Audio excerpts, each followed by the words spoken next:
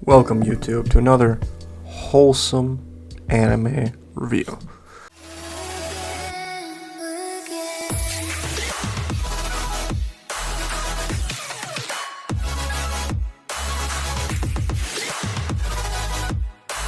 So what we're going to be going over today is it's an anime called Mushoku Tensei, or Jobless Reincarnated. Jobless Reincarnated is a very wholesome anime. It's kind of a filler for me right now. Is it as good as the big ones like Bleach, the new Yashahime when it gets dubbed, the new Demon Slayer where they're redoing the whole Mugen Train arc, which I'm not very much a fan of, but whatever. But it is a decent anime. It kind of has the same feel of Wise Man's Grandchild, if you've ever seen that one. It basically starts out with an old shut-in man and he dies. You see him like being thrown out of his house or something, and he saves some people unknowingly, and he dies, and then he wakes up and he's a kid, and I guess he realizes that he eventually is reborn because, you know, he's a baby and he still has the mind of a 34-year-old virgin shut in. Anyways, he's born into a family of the Grey Rats. His name is Rudius Grey Rat. His father's name is Paul Grey Rat and Zenith Grey Rat. They're both are basically high-ranking mage, and he's a high-ranking swordsman from an old adventure party named the Fangs of the Black Wolf, I believe it's called. And there's basically 7 layers or 7 tiers of rankings where you'd be a mage or a swordsman or whatever. So there's beginning, advanced, saintly, knightly, imperial, and divine, or I think the translation to English is God skill level. So you have the 7 skill levels of magic or swordsmanship, or whatever you want to call it. He's really perverted around the house when he's a kid. Like, his parents are like vigorously banging in the next room, and they have a maid. The maid's name is Lilia, and of the Grey Rat family. His father apparently is like a knight of a small town, so he's not a noble, but they're well off enough to where he can just pretty much have a normal, peaceful life. And then the time frame skip I really like in the episodes, because like in one episode 6 months to a year to 2 years may go by. So one day he bumps his head and he finds out that there's magic, and he's like, what? And so he learns how to read a magic book by basically, it turns out to be a magical guide. He reads that magic has to be cast with spells. You have to like say an incantation for the magic to work, and that you're born with a set amount of mana. One day he's practicing water magic and he accidentally blows the side of the house off because of his magic power has increased so much, and I think at this age he has maybe 1 or 2, possibly 3. So they get Roxy. Roxy is from a demon tribe. She's from the Megardian troop, Roxy Megardia. She's a talented Megard mage. Basically becomes a tutor to him, and she thinks, oh, this is just some stupid kid that, you know, like, the parents thought he was special, so. And she kind of looks like a young woman, maybe in like her teenage years, which is kind of weird in my opinion, but she actually ends up being 44, so it's fine. And she casts a spell. She shows a little bit of cleavage, which she doesn't really have any. And it's his turn to cast, and he forgets to say the entire incantation, and it's let out that he doesn't need incantations, and then she teaches him advanced and even higher up magics. She basically stays, and then I think right before he turns 5, and they only celebrate birthdays every 5 years, she says, oh, well, hey, you, turns out you don't need me because that was the best spell I could teach you, and I'm 44 and you're 5. So she moves on. He's a love interest for her. He then later meets a green-haired woman who's being bullied by the townspeople. Turns out to be a fairy. Her name is Sylph. Around the same age as him. He teaches magic to her. But it turns out Sylph is such a boyish-looking girl, or underdeveloped because she's so young, and an elf, that he thinks that she's a boy. And becomes friends with her. One day, they're just chilling. I think for some reason there's a storm or something. They get wet. And he goes and says, like, hey, let's just take a hot bath. And he's like, let's just take a bath real quick, whatever. We're just 2 dudes doing 2 dudes stuff. And he goes, just take your pants off, why do you need those? And you can kind of tell, like, oh, those are not man underwear. And he's naked as can be. And then he rips off her underwear, and that creates a divide between them.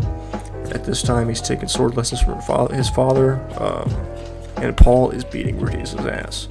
And basically, Paul at this point has already been caught conceiving a baby with the maid, Lilia. The mother lets Lilia stay and lets Paul stay, so Lilia and Zenith both conceive a child around the same time.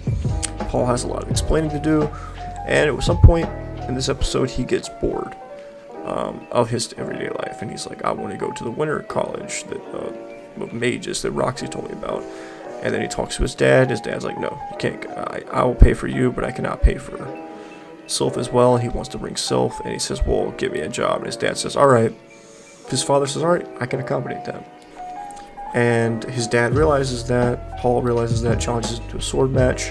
Doesn't hold back. Rudius even uses magic, but to no avail, his dad beats the fuck out of him. He then meets Eris Grey Rat. Turns out he's going to a family to teach the art of Grey Rats. His father apparently stepped down from a noble family because he thought it was lame. His dad's very much just a loner, warrior, adventurer kind of guy. Eris Grey Rat is a red-headed, fiery, spoiled brat. She literally punches people in the face if she does not get what she wants. Rudius has a grand idea to fake her abducting for her, to basically get her to learn, because she can't learn unless she's saved. But here's the catch: they actually did get abducted, and they're trying to be killed. And I think right before they die, even Rudius' magic cannot, because he's not battle experienced. He's very good at magic, but no experience in battle and no experience taking anyone's life. So right before they die, he sends a firework up in the air to signal Ghislaine. I don't know if that was intentional, but he does. And Ghislaine shows up and chops the fucking heads of the two dudes off and turns in the guy that basically sold them out. Later on, he develops tons of years go by. He has his 10th birthday. He does a dance with Eris. And after his 10th birthday, he gets this really extravagant, crazy staff from Eris as a thank you and a 10th birthday present, because they only celebrate every 5 years. It's their tradition for some reason. And Eris at this point is really good at swordsmanship, and he's not.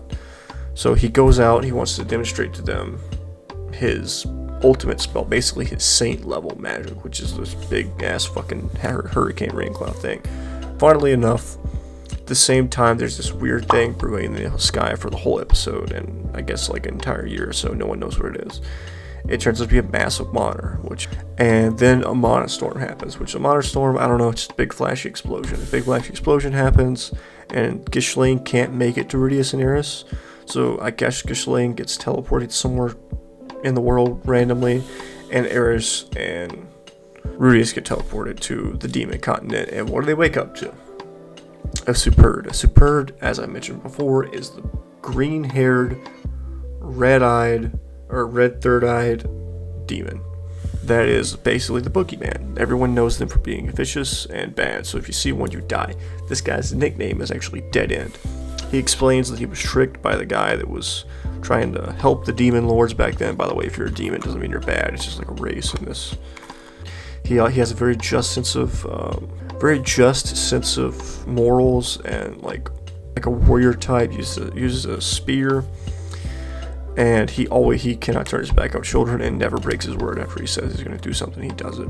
And he meets them, and he says, "I'm going to get you kids back home." Back home to them is like across 3 fucking continents and 2 seas. It turns out they're not actually bad. The demons, the Superd clans aren't actually a bad group of demons. They were framed by the demon lord, like I said before. They were given staffs that basically enchanted them to go crazy and rageful, and after they won the war, they went back home and killed everything that they could find. I think Rudius is the only one that's left, and he is been named Dead End. I think he's like 400 years old too, or something like that. And Rudius, for Rudius's help, wants to help him with that, so they make an adventuring group called Dead End. They introduce Rudius to everyone, and they dye his hair blue so he doesn't look like a Superd. And when he says that, hey, I'm Dead End, and he's a Superd, and everyone laughs in their faces. It kind of pisses Rudius off, but Rudius gets over it because Rudius is only doing it for the better. He's only doing it because he wants everyone to not associate Dead End with evil or violence or anything like that. Basically, he shaves his head, So no more green hair, no more issues. They move on to the next town after having a run-in with some local bandits. And that's the end of the first season. But what would I rate this? Overall, I would rate the funny, quirky things that Rudius does, like the aphrodisiac he gets. All in all, I would give this anime a good 7 to 8. She was waiting for it, and is a good anime to watch right now to fill in the gaps that has that funny, edgy, also story and sexual innuendo. I would highly recommend this anime. First season is completely English dub if you're a dub or sub person. If not, it's subbed 1 through 15 right now. They're releasing new episodes weekly or bi-weekly, I think, on Funimation. I think it's also on Hulu, and I'm sure it's on Crunchyroll as well. Yeah, but I hope you guys enjoy this kind of video. Usually this kind of videos get a lot more views than my other videos. So if you did, please do leave a like, comment below what anime you would like to have me review next. I will review anything, no matter how raunchy, no matter how boring, no matter how stupid. Please do take a look at the merch. Link in the description for that. There's a link to my Discord. There's a link to my Twitch. Please do check me out on Twitch. I usually stream from 5 to 8 p.m. Central Standard Time every weekday unless something's going on. This has been Flames Anime Review, and see you guys later.